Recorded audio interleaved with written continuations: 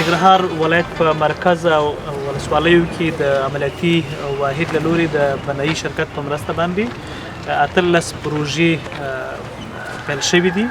په دې پروژو ټول 1 میلیارډ 604 میلیونه افغانۍ لګښت راځي. یو شمېر پروژې چې په هغې کې د غازي امان الله خان مزار او په ولسوالیو مرکز کې روغتونونو کې انتظار خونې وي، دا ګټې اخیستنې ته سپارل شوي دي. پاتې پروژې دي چې په هغې کې د ننګرهار پوهنتون لیلیه ده، شاهي ماڼۍ ده، د غازي امان الله خان مزار ته څیرمه جومات دی، یو بل لوی جومات دی، همداراز سالون دی، د یوې ادارې ودانۍ ده، یو شمېر نورې پروژې اوس هم عملا په هغې کار روان دی. موږ د ولایتي اداره د عملیاتي واحد او بنایي شرکت څخه مننه کوي چې د دوی کارونه په ډیر منظم او ګړندي ډول روان دي.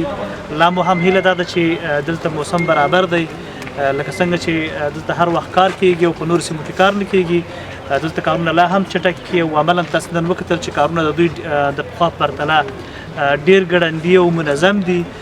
ډیری پروژې به زر ګټې اخیستنې ته وسپارل شي چې موږ تاسو به شاهدان وو. غږ مو په خلکو هم دا دی چې دوی دې هم راشي، هغه که د ولس استازي دي، که مدني فعالان دي، که نور رسنۍ دي، چې دوی هم په دې ولایت کې د خپلو پیل شوو پروژو څخه لیدنه وکړي تر څو دوی وپوهېږي چې کارونه په منظم ډول او ښه ډول کوي.